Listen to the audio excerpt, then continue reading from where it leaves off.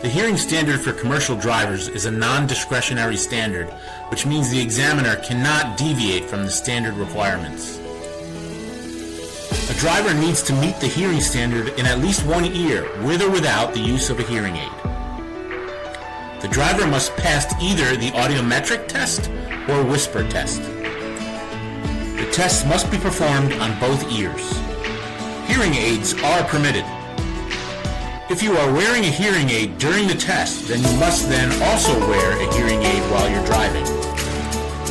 The majority of examiners use the whisper test as it is easier to perform. The patient will cover one ear and the examiner will stand either to the side or behind the patient, starting at 15 feet away.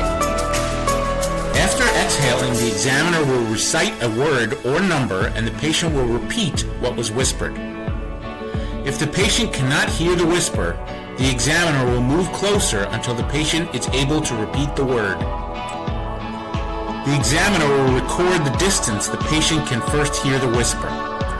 It must be no less than 5 feet in at least one ear.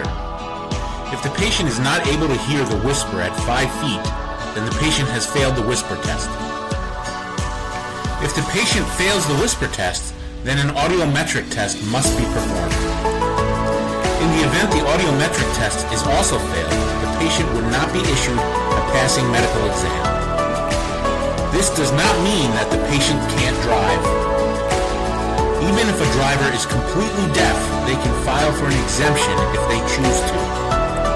It is the job of the medical examiner to ask the patient if they want to pursue an exemption, but if the driver failed the hearing exam, they are disqualified from driving until an exemption is awarded.